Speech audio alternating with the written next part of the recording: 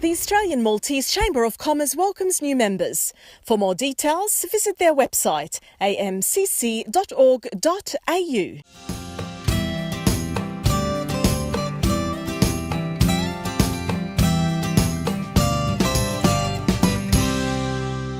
Merħba lura fil-programm Maltese Down Under.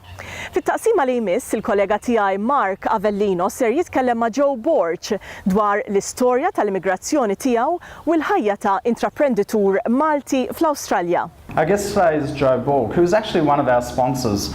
Thank you, Joe. Welcome to Maltese Down Under. Thank you for having me.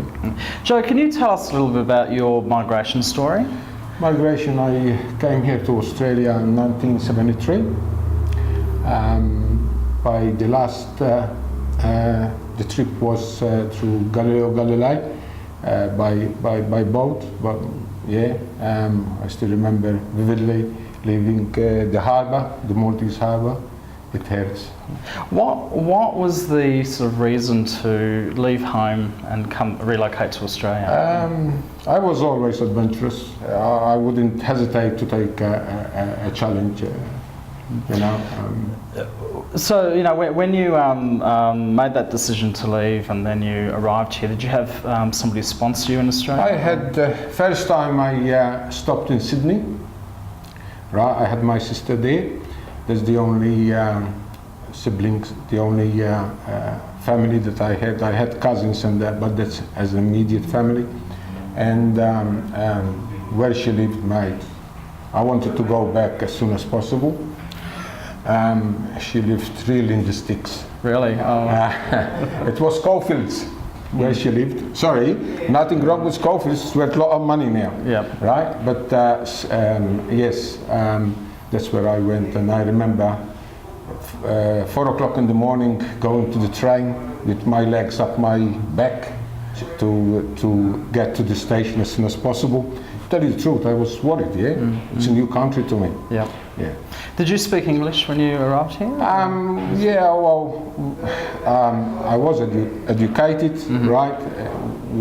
I went to school there, but in Malta. But saying that, you know, I was more fluent in Maltese than coming and it wasn't as easy to speak, you know, fluent English at the time. Yeah. So what sort of work did you do in Malta and then when you came to Australia? In Malta, I used to work as a clerk storekeeper for Socoma, an Italian company who done the Mjar Harbour project. Yes, and I used to work for them. They wanted to take me to Italy or South Africa with them. But I said no. I said, Mom told me, you're going to emigrate, might as well emigrate to Australia where there's family there. But no regrets. And so when you came to Australia, I guess, did you go into building or what sort of trade did you? When I came to Australia, when I was in Sydney, I didn't last long in Sydney. I stayed for 1.5 years. And then because of work, yeah. But when I was in Sydney, I used to work in a supermarket and West Point in Blacktown, right?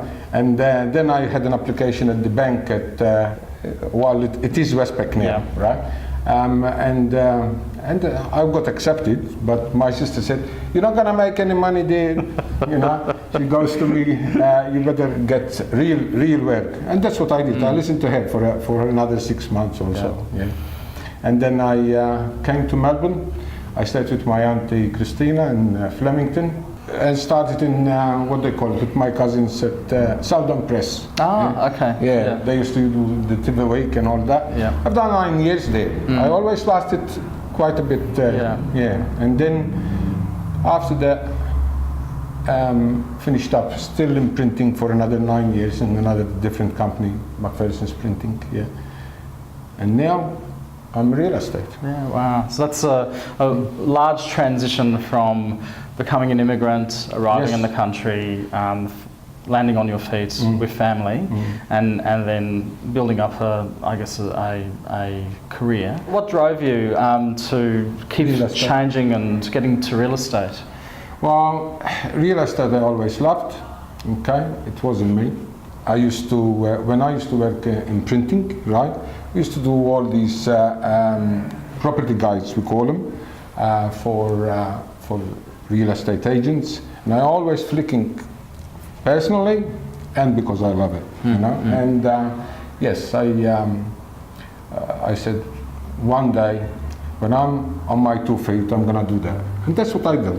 Yeah. So how long ago did you move into real estate, or like, I guess, start your own real estate agent? You know. I had my nephew. He said to me, Joe, he said, you always loved real estate. Why don't you do it? He said, come on, tomorrow we're gonna go VUT. You do that course. And I done it and never looked back. And then I remember going to John Contact Yes. for a job. And he said, nah, this is not like printing, you know, it's not. I said, John, just give me a chance. All I need is a chance. If I'm not good for you in 3 months, you kick me out. So I tell you what, I said, it's easier to sell a house than a raffle ticket, you know? Okay? And he said, you got the job. You know? So, Joe, the Maltese are known for being really resilient, and it sounds to me that, you know, coming over and working in so many different professions, you know, really having nothing here. What do you think it is about the Maltese in Australia when they immigrate that makes them so resilient? It's determination, and we've got values, you know. The family values, you know, that we got, it all helped us being what we are, I reckon. You know, we are in the lucky country, okay?